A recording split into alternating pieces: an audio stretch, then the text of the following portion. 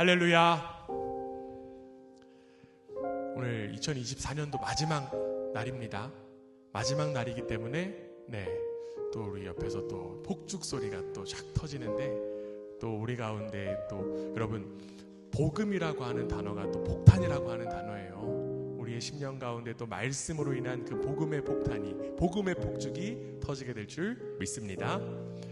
2024년도의 마지막 날을 주님 안에서 감사함으로 예배하는 여러분 모두를 주님의 이름으로 사랑하고 축복합니다. 옆에 계신 분들과 이렇게 함께 인사했으면 좋겠습니다. 올 한 해도 고생 많으셨습니다. 올 한 해도 고생 많으셨습니다. 감사합니다. 한 해의 마지막에 서 있는 우리는 오늘 성경의 마지막 책인 요한계시록을 말씀으로 읽었습니다. 사도 요한은요, 복음을 증거하다가 로마에 의해서 반모섬에 유배되었습니다. 당시 성도들은 박해 속에 있었지만 요한은 하나님이 세상의 참된 통치자이심을 확신하며 요한계시록을 기록했습니다. 이 유배지 속에서 요한은 사람들에게 꼭 전해야 될 메시지가 있었기 때문에 그 유배지에서도 편지를 쓰면서 복음을 전한 거예요. 그 메시지가 무엇이었을까요? 그가 유배지에서 꼭 전해야 되는 그 메시지, 바로 요한계시록 1장 1절에 담겨 있습니다. 우리 함께 읽습니다. 시작. 예수 그리스도의 계시라. 이는 하나님이 그에게 주사 반드시 속히 일어날 일들을 그 종들에게 보이시려고 그의 천사를 그 종 요한에게 보내어 알게 하신 것이라. 아멘. 지금 요한이 처음으로 밝히는 것이 무엇이냐면, 이 편지가 자기 마음대로 쓴 편지가 아니라 예수 그리스도의 계시다라고 하는 사실을 밝힙니다. 그러면서 이러한 이야기예요. 속히 일어날 일을 전하기 위해서 이 편지를 썼다라고 이야기합니다. 그렇다면 여러분, 속히 일어날 일이 무엇일까요? 지금 사도 요한이 급하게 또 그 유배지에서 편지를 쓰는 그 이유, 속히 일어날 일은 도대체 무엇일까요? 우리가 잘 알고 있듯이 속히 일어날 일, 바로 하나님 나라가 가까이 왔다라고 하는 사실입니다. 주님께서 다시 오셔서 이 땅에 완전히 임할 그 마지막 때에 하나님 나라가 가까이 왔으니 이제 일어날 일들을 전해야 함을 지금 요한이 이야기하고 있는 거예요. 그렇기 때문에 그는 유배지 속에서도 예수 그리스도를 통하여 완전히 임할 하나님 나라를 전하는 일을 멈출 수 없었던 것입니다. 여러분, 그날이 가까이 왔습니다. 사도 요한은 아무에게나 이 메시지를 전한 것이 아니었습니다. 바로 주님의 오심을 기다려야 될 그 자리, 바로 교회를 향하여서 이 메시지를 보냈습니다. 이처럼 요한계시록은요, 주님께서 요한을 통해 주님의 오심을 기다리는 교회를 향한 메시지입니다. 어디를 향한 메시지라고요? 교회를 향한 메시지예요.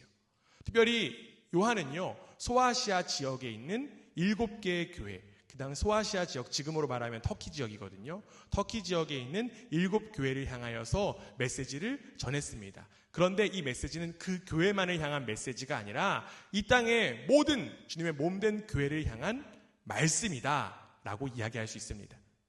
우리는 이제 앞으로 7번의 시간을 통하여 7교회에 허락된 주님의 메시지에 귀를 기울여 보려고 합니다. 오늘부터 이제 그 7개의 첫 번째 시리즈가 시작됩니다. 그리고 다음 메시지는 언제 될까요? 언제 될까요? 맞아요, 내일이요. 내일부터 여러분 시리즈의 2편을 보실 수 있으니까 잠시 광고를 하면 내일부터 새벽 기도를 통해서 또 말씀을 나누기 원합니다. 우리 함께 또 이 7교회를 통하여서 7교회를 향한 메시지를 우리 그라츠 반석교회 향한 메시지, 그리고 주님께서 임하시는 각 한 사람 한 사람을 향한 메시지로 받고 듣고 새기는 이 은혜의 시간 되기를 주님의 이름으로 간절히 원합니다. 우리 하나의 마지막 날에 우리가 함께 마주하고 있는 이 교회는요, 바로 에베소 교회입니다. 어디 교회라고요? 에베소 교회입니다. 소아시아의 서쪽 해안에 있는 도시 에베소는요, 그 당시 로마 지배를 받던 지역에서 가장 큰 도시 가운데 하나였습니다. 그곳은 다양한 종교가 있었고요. 특히 아르테미스 여신과 황제 숭배의 중심지가 바로 에베소였습니다. 우리가 잘 알고 있는 이 사도 바울이 쓴 그 편지 에베소서가 바로 이 에베소 교회를 향한 거예요. 에베소. 에베소 교회는 바울이 복음을 전해 세운 교회로서 당시 다양한 그러한 문화적인 것들도 있었고요. 다양한 가치도 있었고 또한 경제적으로 굉장히 부흥했던 그러한 자리였습니다. 그런데 이렇게 중요한 곳에 세워진 이 에베소 교회를 향하여서 사도 요한은 지금 어떠한 이야기로 그 편지를 시작하고 있을까요? 오늘 우리가 함께 읽은 말씀 에베소 2장 1절 말씀입니다. 우리 함께 읽습니다. 시작. 에베소 교회의 사자에게 편지하라. 오른손에 있는 7뼈를 붙잡고 7 금 촛대를 사이를 거니시는 이가 이르시되. 요한은 에베소 교회를 향한 이야기를 시작하면서 지금 매우 특별한 단어 한 가지를 덧붙였습니다. 어떤 단어를 덧붙였냐면 바로 사자라고 하는 단어예요. 여러분, 사자가 무엇일까요? 아마 여기 계신 분들 가운데 이 사자가 라이온이라고 생각하시는 분은 없을 것이라고 저는 감히 예상합니다. 여기 표현된 사자라고 하는 이 단어의 헬라어 원어는요, 앙겔로스라고 하는 단어예요. 이 앙겔로스라고 하는 단어는 일반적으로 성경에 보면 천사를 일컫는 단어입니다. 여러분, 천사는 어떤 존재들입니까? 천사는요, 하나님의 심부름꾼이에요. 하나님의 이야기를 또 전하고 하나님의 일을 나타내는 이들이 바로 천사입니다. 그렇기 때문에 지금 향하는 이 에베소 교회의 사자들이라고 하는 것은 결국에는 에베소 교회의 천사들, 에베소 교회의 하나님의 심부름꾼을 향한 메시지다라고 이야기할 수 있어요. 그런데 여러분, 이 에베소 교회의 심부름꾼들에게만, 그들에게 한정을 둬서 이 메시지를 향하는 것이 아니라 바로 에베소 교회가 하나님의 심부름꾼이다라고 하는 사실을 지금 사도 요한은 드러내고 있는 것입니다. 특별히 지금 1절에 보면 7뼈를 붙잡고 7 금 촛대 사이를 거니시는 분에 대한 이야기가 나와요. 그분이 누구실까요? 예수 그리스도죠. 예수님이에요. 예수님께서 하나님의 심부름꾼인 에베소 교회를 향하여서 말씀하셨다라고 하는 것입니다. 우리는 여기서 교회의 정체성에 대해서 한번 생각해 볼 수 있습니다. 여러분, 교회는 무엇일까요? 교회는 무엇일까요? 우리가 지금 함께 보는 맥락 속에서 교회는 하나님의 심부름꾼이다라고 이야기할 수 있습니다. 함께 따라해 보겠습니다. 교회는 하나님의 심부름꾼이다. 여러분, 왜 교회가 하나님의 심부름꾼일까요? 교회는요, 주님의 지시에 따라만 움직이기 때문입니다. 교회는 주님의 명령에 따라만 움직이기 때문입니다. 그런데 여러분, 안타깝게도 수많은 사람들이 교회에 대해서 착각하곤 해요. 교회 하면 가장 먼저 무엇을 떠오릅니까? 건물부터 떠올라요. 난 교회 간다라고 하면 건물을 많이 생각해요. 또 교회 하면 많이도 생각하는 경우가 어떤 것이 있냐면 또 사람이 또 많이 모이는 그러한 단체 아니면 조직들을 생각하기도 합니다. 그렇기 때문에 건물이 멋진 교회가 정말 훌륭한 교회야, 사람이 많이 모인 교회가 좋은 교회야, 체계적으로 잘 잡힌 교회가 훌륭한 교회야 라고 생각하곤 해요. 그러나 여러분, 교회는 조직이나 건물이 아닙니다. 교회는 하나님의 지시와 하나님의 명령과 하나님의 뜻을 따르는 하나님의 심부름꾼인 줄 믿습니다. 사도 바울도요, 이러한 이야기를 하고 있어요. 에베소서 1장 22절 23절인데요. 여러분, 함께 한번 읽습니다. 시작. 또 만물을 그의 발 아래 복종하게 하시고 그를 만물 위에 교회의 머리로 삼으셨느니라.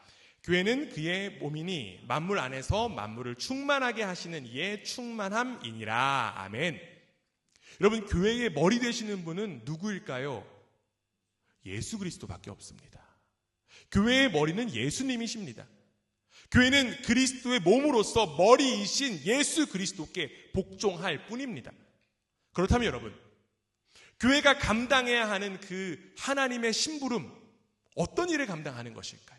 하나님은 교회를 향하여서 어떤 심부름을 시키시는 것일까요? 우리가 지금 읽었던 이 에베소서에서 사도 바울이 이야기한 것처럼 그리스도의 몸인 교회는 만물을 주님의 충만함으로 회복시키는 것, 그 심부름의 역할을 맡았습니다. 이는 앞서 사도 요한이 유배지라는 현실 속에서 편지를 보낸 목적과도 부합해요. 힘든 상황 속에서 굳이 교회를 향하여서 편지를 보낸 목적, 바로 하나님 나라를 위함이었습니다. 하나님 나라라는 것 때문에, 하나님 나라가 가까이 왔기 때문에 편지 보낸 거예요. 그는 주님은 이전에도 왕이시고 지금도 왕이시며 앞으로도 왕이시라고 하는 사실을 이야기하면서 교회가 하나님의 왕되심을 누리고 드러내야 함을 강조했던 것입니다. 우리 사랑하는 그라치 만석교회 교회 여러분, 우리 그라치 만석교회의 주인은 오직 주님밖에 없는 줄 믿습니다. 그 누구도 교회의 주인이 될 수가 없어요. 여러분, 목사도 교회의 주인이 아니고요. 교회의 직분자들도 교회의 주인이 아닙니다. 바로 하나님만이 교회의 주인이신 줄 믿습니다. 그렇기 때문에 교회는 하나님의 왕되심을 세상 가운데 드러내야 합니다. 교회는 하나님 나라의 백성이기 때문에 그렇죠. 여러분, 우리 교회는 어떻습니까? 여러분, 지난 한 해 동안 우리 교회의 발자취는 어떠한 발자취를 걸어왔습니까? 우리 교회가 진정 하나님의 그 충만하심을 세상 가운데 드러냈습니까? 특별히 새로운 2025년도 우리 그라치 만석교회가 하나님 나라의 백성으로서 더욱더 굳건히 서는 교회가 되기를 주님의 이름으로 축원합니다. 교회를 향한 하나님의 뜻을 온전히 감당하는 하나님의 심부름꾼으로서 귀 쓰임 받는 우리 한 명 한 명 되기를 주님의 이름으로 간절히 원합니다. 에베소 교회를 하나님의 심부름꾼으로 부른 사도 요한은요, 먼저 에베소 교회를 향하여서 격려와 칭찬의 메시지를 전했습니다. 우리 이어지는 요한계시록 2장 2절 말씀입니다. 우리 함께 읽습니다. 시작. 내가 내 행위와 수고와 내 인내를 알고 또 악한 자들을 용납하지 아니한 것과 자칭 사도라 하되 아닌 자들을 시험하여 그의 거짓된 것을 내가 드러낸 것과. 지금 사도 요한은요, 에베소 교회 안에 무엇이 있음을 칭찬했냐면 행위와 수고와 인내가 있다라고 이야기했습니다. 에베소 지역에 복음을 전한 사도 바울이요, 에베소 교회를 떠나게 되었습니다. 에베소 교회에 약 한 3년 정도 함께 있으면서 목회하고 3년 정도 함께 있으면서 하나님 나라를 또 꿈꾸고 일구었습니다. 그런데 사도 바울이 떠나자 에베소 교회는 굉장히 어려운 가운데에 놓이게 되었습니다. 그런데 여러분, 그들이 놓인 어려움 가운데 어떤 어려움이 있었냐면요, 에베소 교회를 찾아오는 순회 설교자들이 있었어요. 돌아가면서 사람들이 와서 설교를 했는데 그 설교자들 중에 에베소 교회가 해야 될 것이 무엇이었냐면 거짓 사도들을 분별하는 것이고요, 또한 그들의 거짓 가르침을 차단하는 일을 감당해야만 했습니다.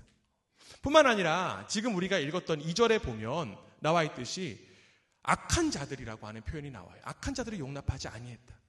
6절에 그 악한 자들에 대한 분명한 표현이 나오는데요, 6절에 보면 니골라당이라고 하는 표현이 나와요. 니골라당을 미워했다고 이야기합니다. 니골라당이라고 하는 표현 참 어렵고 난해한 표현인데, 니골라라고 하는 단어는요, 정복하다라고 하는 의미를 가지고 있습니다. 즉 정복하는 사람들이 에베소 교회에 온 거예요. 그런데 여러분, 교회에 정복하는 사람들이 왔다라고 하는 것, 무엇을 정복했냐면 바로 마음을 정복한 거예요. 사람들의 마음을 정복하기 위해서 니골라당 사람들이 에베소 교회로 왔습니다. 사람의 마음을 정복한다라고 하는 것은 어떤 의미일까요? 이 사람들은요, 세상의 가치를 가지고 세상의 가치를 따르라고 사람들의 마음을 현혹시켰습니다. 그렇기 때문에 사람들의 마음을 현혹시키면서 하나님 나라와 하나님의 그 뜻을 드러내지 못하도록 방해했어요. 이 한 가지 어려움뿐만이 아니라 여러 어려움들이 산적해 있던 교회가 바로 에베소 교회였습니다. 그러나 지금 요한이 이야기한 것처럼 에베소 교회는 이러한 위기를 잘 감당했습니다. 그들은 거짓 사도들이 전하는 가르침에 현혹되지 않았고 니골라당의 유혹에도 타협하지 않았습니다. 특별히 그들은 어떻게 감당했다고 이야기합니까? 행위와 수고와 인내로 이 모든 어려움들을 극복했고 하나님의 심부름꾼으로서 역할을 온전히 감당했던 것입니다. 여러분, 참 아름다운 모습이지 않습니까? 별로 아름답지 않으세요? 아름다운 모습이죠? 네, 관심이 없으신 분들이 좀 계신 것 같아요. 그런데 여러분, 이 아름다운 모습을 가지고 있는 에베소 교회, 참 여러 가지의 위기와 어려움들을 잘 막아냈던 이 훌륭한 교회인데요, 이 사도 요한의 편지의 목소리가 갑자기 바뀌어요. 어떻게 바뀌는지 한번 볼게요. 요한계시록 2장 4절입니다. 함께 읽습니다. 시작. 그러나 너를 책망할 것이 있나니 너의 처음 사랑을 버렸느니라. 아멘. 처음 시작을 뭐라고 합니까? 그러나라고 합니다. 사도 요한은 책망의 이야기를 시작해요. 갑작스러운 이 사도 요한의 책망에 에베소 교회는 굉장히 당황할 수 있을 것 같습니다. 우리 이렇게 잘했는데 좋은 이야기만 쭉 있을 것 같았는데 갑자기 그러나 책망이라고 하는 단어가 나오니까 무슨 소리야? 라고 당황했을 것 같아요.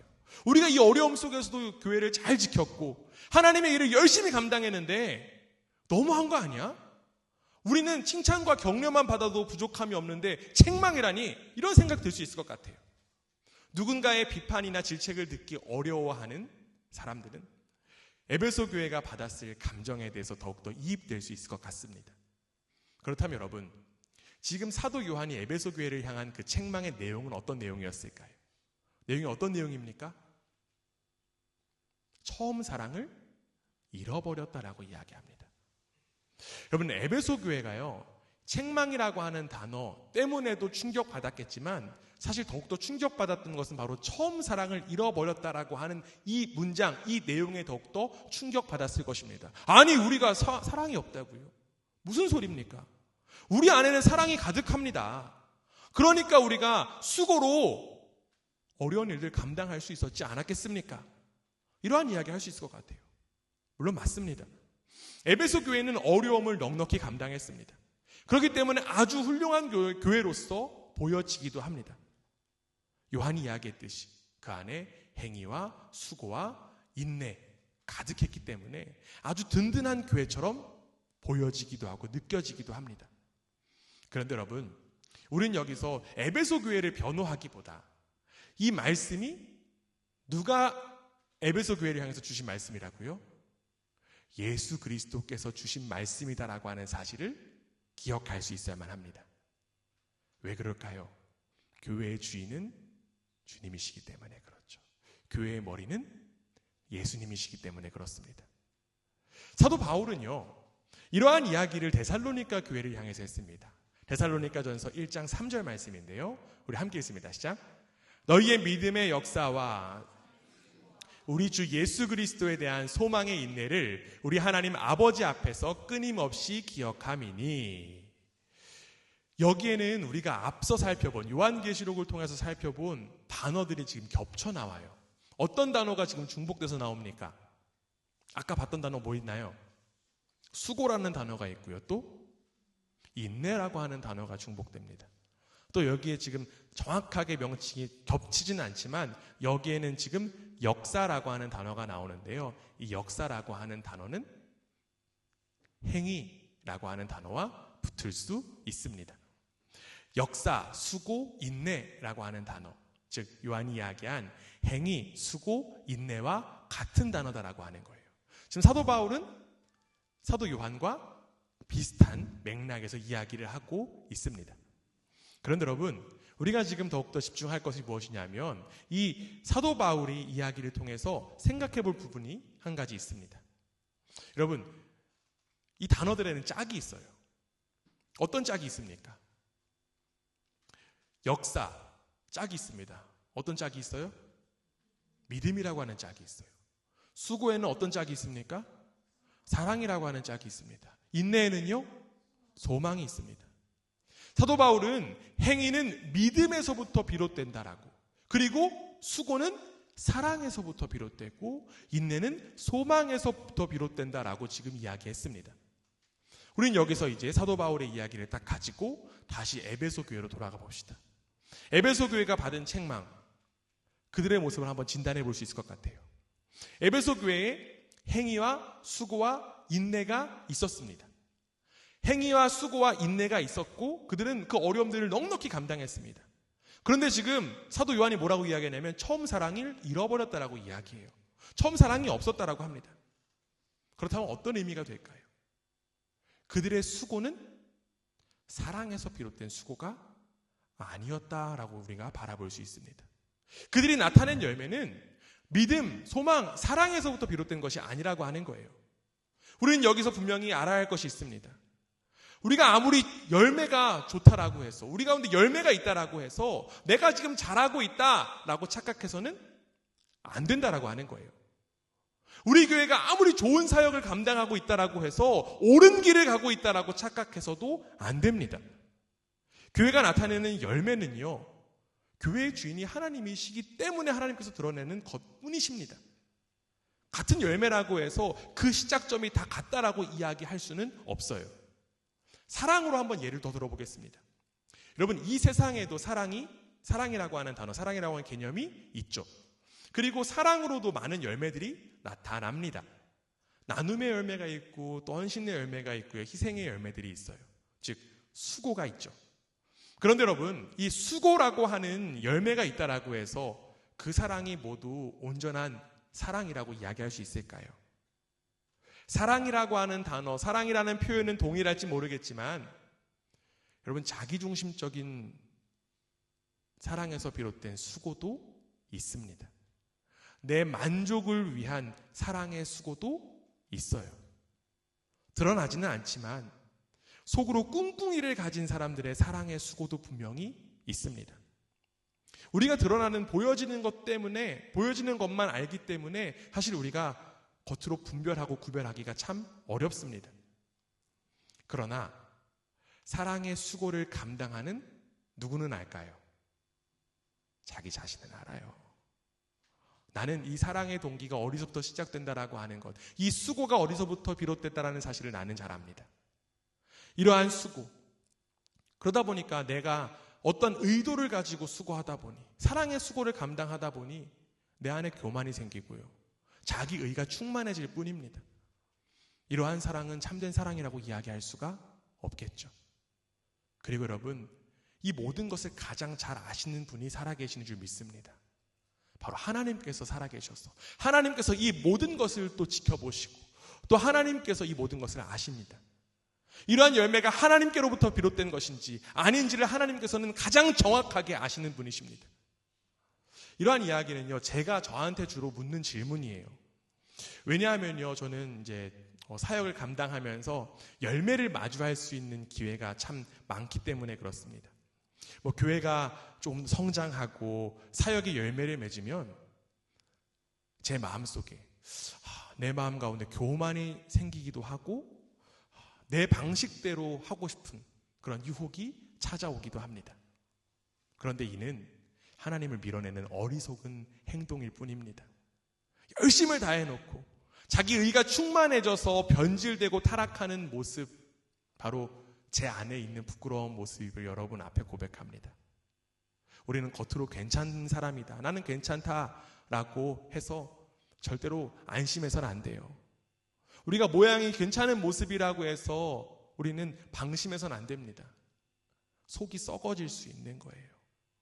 여러분, 속이 실하지 못한데 열매를 맺느라고 엄청나게 수고하고 엄청나게 열심히 쏟으면 어떨까요? 그 속은 더욱더 썩어져 갈 뿐입니다. 사랑 없는 열매 맺느라고 나무가 썩어져 간다라고 하는 거예요. 우리는 여기서 사도 바울의 이야기에 다시 한 번 더 귀를 기울여봤으면 좋겠습니다. 우리가 잘 아는 말씀인데요, 고린도전서 13장, 사랑장이라고 일컬어지는 이 말씀에서 사도 바울은 이러한 이야기합니다. 고린도전서 13장 1절에서 3절 말씀이에요. 좀 길지만 우리 함께 읽어보겠습니다. 시작. 내가 사람의 방언과 천사의 말을 할지라도 사랑이 없으면 소리나는 구리와 울리는 꽹과리가 되고, 내가 예언하는 능력이 있어 모든 비밀과 모든 지식을 알고 또 산을 옮길 만한 모든 믿음이 있을지라도 사랑이 없으면 내가 아무것도 아니요, 내가 내게 있는 모든 것으로 구제하고 또 내 몸을 불사르게 내줄지라도 사랑이 없으면 내게 아무 유익이 없느니라. 아멘. 지금 사도 바울이 뭐라고 이야기하냐면 사랑이 없으면 아무 유익이 없다라고 이야기합니다. 아무리 뛰어난 은사가 있고요, 은혜가 아무리 가득한 찬양의 소리가 있고 내 몸을 불사를 정도의 구제와 선행이 있더라도 사랑이 없다면 아무것도 아니라는 거예요. 우리는 여기서 사랑이라고 하는 이 단어를 단순한 감정이 아니라 바로 하나님으로 바라보기 원합니다. 하나님은 사랑이시기 때문에 그렇죠. 즉 교회가 나타낼 수 있는 모든 열매는요, 하나님 없으면 아무것도 아니라는 것입니다.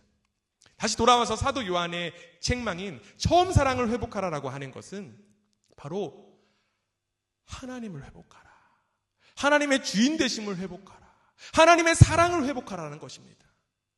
우리 사랑하는 교회 여러분, 교회가 드러내는 그 열매에 집중하고 집착하기보다 교회의 뿌리이신 하나님 아버지께 더욱더 집중하는 우리 모두가 되기를 주님의 이름으로 간절히 원합니다. 여러분들이 감당하는 여러 가지 사역과 결실에 이목을 집중하기보다 이제는 여러분의 삶의 근원이신 예수 그리스도께 더욱더 시선과 마음을 모르는 우리 모두가 되기를 간절히 원합니다. 우리가 주님 안에 있을 때, 그리고 주님이 우리 안에 계실 때 열매는 자연스럽게 맺히게 됩니다. 무엇보다 중요한 것은 우리가 정말 주님 안에 있는 거고 주님이 우리 안에 계시는 거예요. 열매에 집착하고 열매 맺는 것에 집중하는 것이 아니라 우리 안에 계신 분이 누구인지, 그리고 그분이 어떻게 역사하시는지를 우리는 바라보고 따라갈 뿐입니다. 처음 사랑이신 그 하나님 아버지의 사랑을 회복하는 우리 그라치 만석교회 되길 주님의 이름으로 축원합니다. 그렇다면 여러분, 우리는 어떻게 이 처음 사랑을 회복할 수 있을까요? 어떻게 이 처음 사랑을 반드시 회복해야만 할까요? 하나님 없이 하나님을 드러내는 이 일에서 어떻게 우리는 벗어날 수 있을까요? 사랑을 회복하라고 이야기하니까 하나님께서 우리를 더 많이 사랑해 주셔야 돼 라고 생각하시는 분들도 있을지 모르겠습니다. 물론 우리에게는 사랑이 없기 때문에 우리는 반드시 분명히 하나님의 사랑이 필요합니다. 우리는요, 하나님의 사랑으로만 살아갈 수 있는 사람들이에요. 하나님의 사랑으로만 사랑할 수 있습니다. 그런데 여러분, 하나님은요 이미 우리를 사랑하신 줄 믿습니다. 아멘. 하나님은 지금도 우리를 사랑하고 계신 줄 믿습니다. 그리고 앞으로도 사랑하실 것을 믿습니다. 주님은 이미 우리 교회를 사랑하신 줄 믿습니다. 주님은 이미 우리 교회를 사랑하시고 지금도 여전히 우리 교회를 사랑하시는 줄 믿습니다. 그리고 앞으로도 우리 교회를 사랑하실 것을 믿습니다. 그렇기 때문에 필요한 것은요, 이제 사랑받는 대상, 바로 우리의 자세가 중요하다는 거예요. 우리가 하나님의 사랑을 받은 자로서 어떻게 나아가야 하는 것, 그것이 더욱더 중요하다는 것입니다. 사도 요한은 지금 이러한 권면이에요. 오늘 우리가 함께 읽은 요한계시록 2장 5절 말씀입니다. 함께 읽습니다. 시작. 그러므로 어디서 떨어졌는지를 생각하고 회개하여 처음 행위를 가지라. 만일 그리하지 아니하고 회개하지 아니하면 내가 내게 가서 내 촛대를 그 자리에서 옮기리라. 아멘.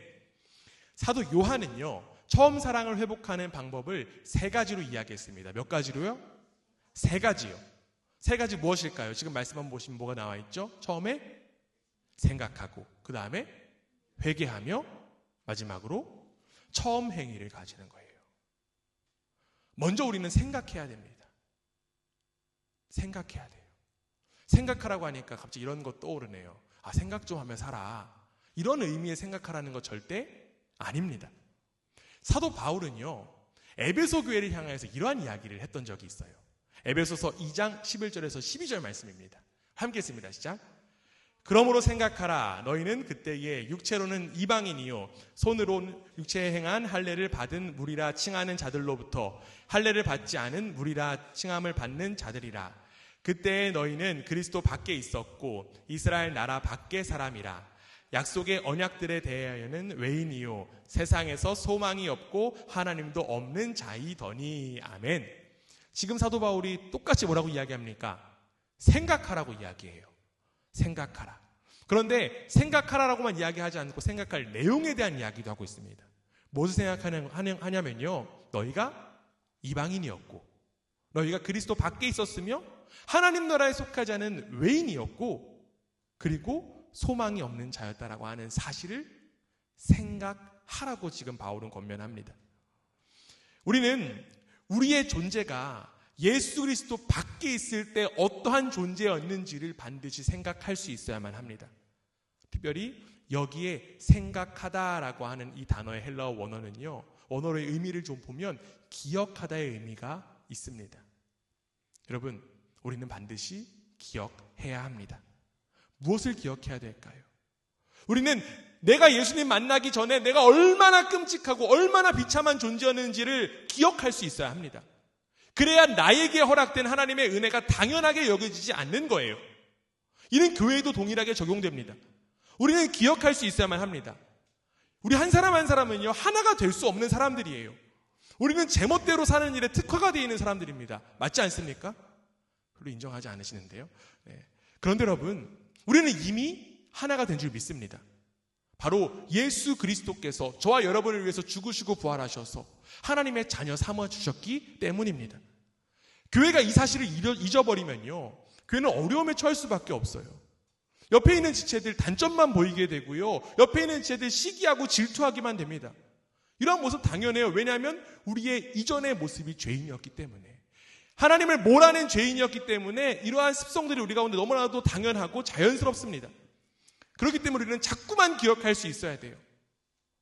나는 하나님의 자녀가 되었고 저 사람도 하나님의 자녀다라고 하는 사실입니다. 우리 옆에 사람들 바라보면서 함께 고백하겠습니다. 나는 하나님의 자녀고 당신도 하나님의 자녀입니다. 아멘. 하나님께서 우리를 자녀 삼아 가족으로 세우시기 위해서 예수 그리스도를 허락하셨다라고 하는 사실을 우리는 반드시 기억할 수 있어야 합니다. 그리고 여러분, 그 기억을 하는 시간이 있어요. 그 시간이 바로 예배의 시간인 줄 믿습니다. 매 주일 예배를 통하여서 나는 이전에 내 존재가 어떠한 존재였는지, 얼마나 비참한 존재인지를 자꾸 기억할 수 있어야 돼요. 그것을 기억할 때 예수 그리스도를 통한 그 은혜가 나에게 축복으로, 감사로 고백될 수 있는 것입니다. 우리의 존재가 예수 그리스도 안에서 한 가족이 되었음을 기억하고 감사하는 우리 그라치 만석교회 되기를 주님의 이름으로 축원합니다. 여러분, 처음 사랑을 회복하는 두 번째 방법 무엇일까요? 회개입니다. 함께 따라하겠습니다. 회개. 우리는 모두 회개함으로 이 자리 가운데 모였습니다. 회개함으로 이 자리 가운데 모였다. 어떤 의미일까요? 여기 회개라고 하는 것은요, 단순히 후회의 감정이 아닙니다. 여러분, 2024년도 이제 마무리가 되니까 여러 가지 또 생각들이 됩니다. 그리고 우리가 또 후회하는 것들이 있어요. 나 올해는 5kg 다이어트 하려고 했는데 실패했네. 내가 올해는 성경 1독 좀 하려고 했는데 또 실패했네. 이런저런, 제 얘기하는 거 아니에요? 네. 이런저런 후회되는 감정들 남아있게 됩니다. 그런데 지금 이 회개는 이러한 후회가 아니라는 거예요. 베드로 사도 이야기 한번 들어보겠습니다. 사도행전 3장 19절에 이런 말씀이 있어요. 함께 읽습니다. 시작. 그러므로 너희가 회개하고 돌이켜 너희 죄 없이 함을 받으라. 이같이 하면 새롭게 되는 날이 주 앞으로부터 이를 것이요. 아멘. 이 회개라고 하는 단어의 헬라어 원어는요, 메타노이아인데, 메타노이아라고 하는 이 단어는 전환을 의미합니다. 지금 베드로가 뭐라고 이야기하냐면 회개하고 돌이키라고 이야기했어요. 돌이키는 것이 회개입니다. 이전까지는 내 방식대로 내 마음대로 살았다라고 하면 이제는 생명의 근원이신 예수님께로 삶의 방향을 돌이키는 것이 바로 진정한 회개입니다. 우리는 예수님을 삶의 주인으로 인정하고 고백하는 이들이에요. 여러분, 맞습니까? 여러분, 한 사람 한 사람은 예수 그리스도가 내 삶의 주인임으로 인정하고 고백하며 이 자리가 우리 나왔습니까? 폭죽이 더 큰 것 같은데. 우리는 회개한 이들이에요. 우리는 주님께로 이미 삶의 방향을 돌이켰기 때문에 한 해의 마지막 저 폭죽 소리에도 이 자리 가운데 모인 것입니다. 이처럼 교회는 회개한 이들의 공동체입니다. 예수님을 향해서 삶의 방향을 돌이킨 이들의 모인 자리가 바로 교회예요. 그렇기 때문에 교회 안에서 회개, 회심 너무나도 중요한 일입니다. 예수님이 나의 삶의 주인이라고 인정하지 못한다라고 하면 우리는 그리스도의 한 몸을 이룰 수가 없어요. 그런데 지금 사도 요한은요, 에베소 교회를 향하여서 이 회개에 대해서 더욱더 끔찍한 이야기를 하고 있습니다. 요한계시록 2장 5절 말씀이에요. 우리 함께 읽습니다. 시작. 그러므로 어디서 떨어졌는지를 생각하고 회개하여 만일 그리하지 아니하고 회개하지 아니하면 내가 내게 가서 내 촛대를 그 자리에서 옮기리라. 아멘. 지금 주님의 말씀을 전하는 요한이 뭐라고 이야기하냐면 회개하지 않으면 주님께서 촛대를 옮기신다라고 이야기합니다. 촛대를 옮기신다라고 하는 것은요, 이 촛대는 교회를 상징해요. 어떤 의미일까요? 즉 회개하지 않으면 교회의 정체성을 잃어버린다라고 하는 것입니다. 교회의 정체성을 상실해버린다라고 하는 거예요. 여러분, 회개 없으면 교회는 교회가 아닙니다. 아무리 교회에 간판이 있다라고 해서, 아무리 예배가 있다라고 해서, 아무리 사람이 있다라고 해서 교회가 아니라는 것입니다. 교회에는 반드시 돌이킴이 필요합니다. 이 땅 가운데 오신 예수님의 첫 메시지는 바로 이러한 메시지였어요. 마태복음 4장 17절 이렇게 되어 있습니다. 함께 읽습니다. 이때부터 예수께서 비로소 전파하여 이르시되 회개하라 천국이 가까이 왔느니라 하시더라. 아멘. 예수님은 이 땅에 처음으로 회개를 선포하셨습니다. 왜 회개를 선포하셨을까요? 지금 예수님의 말씀처럼 예수님은 이 땅 가운데 하나님 나라의 회복, 하나님 나라의 다스림을 드러내기 위해서 오셨습니다. 예수님 말씀처럼 회개는 뭐와 연관되냐면 하나님의 다스림과 연관되어 있습니다. 하나님 나라와 연관되어 있기 때문에 그래요. 하나님 나라의 가장 중요한 개념은요, 하나님의 다스림입니다. 하나님의 다스림을 누릴 수 있는 이들은 회개한 이들만 하나님의 다스림을 누릴 수 있는 거예요.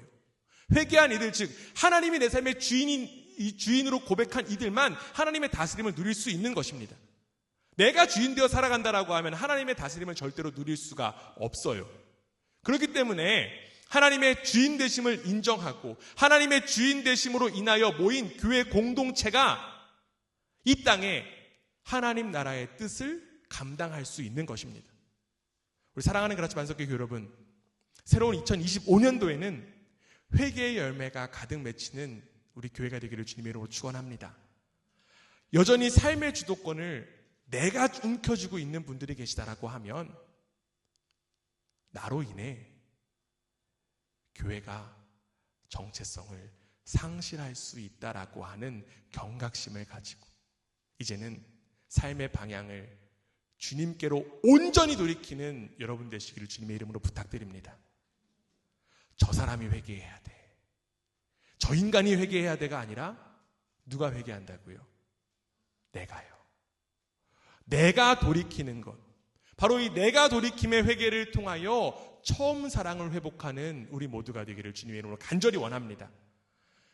이제 마지막, 처음 사랑을 회복하는 마지막 방법은 바로 처음 행위를 가지는 것입니다. 함께 따라하겠습니다. 처음 행위를 가진다. 여기에 지금 나온 단어 행위라고 하는 단어에 한번 우리가 시선을 모았으면 좋겠어요. 앞서 여러분, 행위는 짝을 이루는 단어가 있다고 말씀드렸죠? 어떤 단어와 짝을 이룰까요? 믿음이에요. 맞습니다. 행위는 믿음과 항상 짝을 이룹니다. 믿음은 행함으로 반드시 드러나게 됩니다. 그렇기 때문에 처음 행위를 가지기 위해서 바로 믿음이 필요합니다. 행위를 드러내기 위해서 행위에 집중하는 것이 아니라 우리는 더욱더 믿음에 집중하는 거예요. 믿음으로써 행함이 나타납니다. 우리에게 필요한 것은 바로 믿음입니다. 여러분, 믿음이 무엇일까요? 믿음은 다른 것이 아니라 하나님께서 하신 일을 내가 전적으로 받아들이는 것입니다. 내가 믿습니다, 믿습니다 열심히 이야기하는 것이 아니라 하나님이 하신 일을 내가 받아들이는 거예요. 우리의 역할은 바로 믿음입니다. 우리는 예수 그리스도라고 하는 은혜를 믿음으로 인하여서 구원이라고 하는 선물을 받았는 줄 믿습니다. 그리고 이제 새로운 생명으로 우리가 살아가는 방식 또한 믿음의 삶을 사는 거예요. 우리가 믿음으로 구원 얻었으니 우리는 믿음으로 살아가는 것입니다. 우리가 잘 아는 것처럼 우리는 보는 것으로 살아가지 않고 무엇으로 살아간다? 믿음으로 살아간다라고 하는 거예요. 그렇기 때문에 여러분, 행위가 회복되기 위해서, 행함이 회복되기 위해서 우리가 더욱더 회복되어야 될 것이 무엇이라고요? 믿음이라고 하는 것입니다. 올바른 믿음을 가지면 올바른 행위가 드러날 수밖에 없습니다. 그런데 여러분, 우리가 무엇을 믿을까요? 다른 건 믿는 것이 아니죠. 우리는 오직 하나님의 말씀만을 믿습니다. 하나님께서 이루신 일들과 이루고 계신 일들, 그리고 이루실 약속을 믿습니다. 그렇기 때문에 우리가 믿어야 될 내용, 그 약속 어디에 담겨 있을까요? 성경에 담겨 있는 거예요. 우리가 성경을 그래서 사랑하는 것입니다. 우리는 성경 속에 나타난 하나님의 역사를 믿음으로써 살아가는 것입니다. 우리의 삶의 자리가 참 어렵고 힘듭니다. 우리의 교회의 현실도 때로는 암담하게 느껴질 때도 있어요. 그런데 우리는 여기서 멈춰서는 절대로 안 됩니다. 우리 가운데 무엇이 있기 때문에? 믿음이 있기 때문에 그런 거예요. 하나님의 약속을 우리가 믿었기 때문에 우리는 멈출 수가 없는 거예요. 우리는 계속적으로 걸어갈 수밖에 없는 것입니다. 그렇기 때문에 우리는 오늘도 내일도 하나님 나라를 향해서 발걸음을 내딜 수 있는 것입니다. 특별히 지금 여기에 나온 처음 행위, 이 처음 행위는요, 인간이 나타낸 첫 행동을 또 의미할 수 있어요. 여러분, 최초의 인간이 누굴까요? 아담이죠. 하나님께서 아담을 만드셨습니다. 그러면 이 아담이 했던 첫 번째 행위가 무엇이었을까요? 우리 주한이가 대답을 적고 하고 싶은데 아마 제일 잘 알 수도 있어요. 네, 인간이 제일 먼저 한 행위가 무엇이었을까요? 말씀 한번 찾아볼게요. 창세기 2장 2절입니다. 창세기 2장 2절 함께 읽습니다. 시작. 하나님이 그가 하시던 일을 일곱째 날에 마치시니 그가 하시던 모든 일을 그치시고 일곱째 날에 안식하시니라. 아멘. 사람이 한 일은 전혀 나오지 않습니다. 여러분들이 잘 알고 있듯이 사람이 몇째 날 만들어졌습니까? 여섯째 날 만들어졌어요. 그리고 지금 일곱째 날 하나님께서 무엇을 하셨습니까? 안식하셨습니다. 그렇다면 인간이 처음 한 행위는 무엇일까요? 안식이라는 거예요. 인간은 안식으로 첫 발걸음을 내디뎠습니다. 하나님 안에서 안식하는 것이 바로 첫 행위예요. 하나님 안에서 안식하는 것, 우리의 삶으로 적용하면 무엇이 될까요? 바로 거룩하고 복된 이 주님의 날에 주님 안에 거하는 거예요. 예배하는 것입니다. 주님의 날에 주님 안에서 예배를 통해서 안식을 누리는 것이 바로 우리가 회복해야 될 처음 행위이고, 이 예배를 통해서 우리는 우리의 믿음이 확인되는 것입니다. 나에게 있는 믿음을 다시 한 번 더 확인해 나가는 거예요. 그리고 우리 가운데 있는 우리 공동체의 믿음을 함께 고백하는 것입니다. 우리가 예배 시작할 때 무엇 고백합니까? 신앙의 고백을 드려요. 믿음의 고백을 주님 앞에 드립니다. 나는 이런 것들을 믿습니다라고 고백하는 것입니다. 이 예배의 시간을 통해서 우리는 믿음을 확인하고 또 그 하나님의 그 처음 사랑을 회복하며 이 땅 가운데 하나님 나라의 백성으로 삶을 결단합니다. 주님 안에서 드리는 이 예배의 처음 행위를 중요하게 여기는 우리 모두가 되기를 주님의 이름으로 부탁드립니다. 이 세상은요, 아까 니고라당 얘기했지만 이 날을 노는 날로 생각하고 열심히 놀아야 돼요. 그러나 하나님을 믿는 이들은 이 날을 주님 안에서 안식과 회복을 누리는 날로 믿습니다. 아멘. 바로 우리의 믿음이 회복되고 믿음이 확인되며 믿음으로 결단하는 시간이 바로 예배라는 거예요. 이 주일 예배를 통해서 주님께서 허락하시는 그 처음 사랑이 회복되는 역사가 일어나기를 주님의 이름으로 간절히 원합니다. 이처럼 우리는 말씀을 통해 새로운 삶의 목표를 삼았습니다. 그리고 말씀을 통해 이제 우리 교회의 방향을 다시 한 번 더 재조정합니다. 이처럼 성령님은 말씀을 통해 우리 한 사람 한 사람을 인도하시고 특별히 교회를 인도하신 줄 믿습니다. 우리 마지막으로 성경 한 구절만 읽어볼게요. 요한계시록 2장 7절입니다. 함께 읽습니다. 시작. 귀 있는 자는 성령이 교회들에게 하시는 말씀을 들을지어다. 이기는 그에게는 내가 하나님의 낙원에 있는 생명나무의 열매를 주어 먹게 하리라. 지금 성령님은요, 처음 사랑을 회복한 교회에게 생명나무의 과실을 허락하신다라고 말씀하셨습니다. 주님이 다시 생명나무를 먹게 하신다는 그 약속, 어떤 의미일까요? 바로 주님과의 회복된 그 사랑의 관계 안에서 누리게 되는 영원하고 풍성한 그 삶을 향한 초대입니다. 이 모든 일을 교회를 통해서 성령님께서 이루신다라고 하는 거예요. 하나님과의 관계가 회복된 그 풍성함, 그 충만함을 교회를 통하여서 우리가 누리게 하신다라고 하는 것입니다. 하나님 나라의 꿈을 품은 우리 모두와 특별히 우리 교회에 생명나무의 열매가 허락되었음을 기억하고 이제는 성령의 인도하심에 따라 생명의 풍성함을 이 세상에 드러내는 일에 귀 쓰임 받는 여러분 한 사람 한 사람 되기를, 그리고 새로운 2025년도 되기를 주님의 이름으로 축원합니다. 아멘.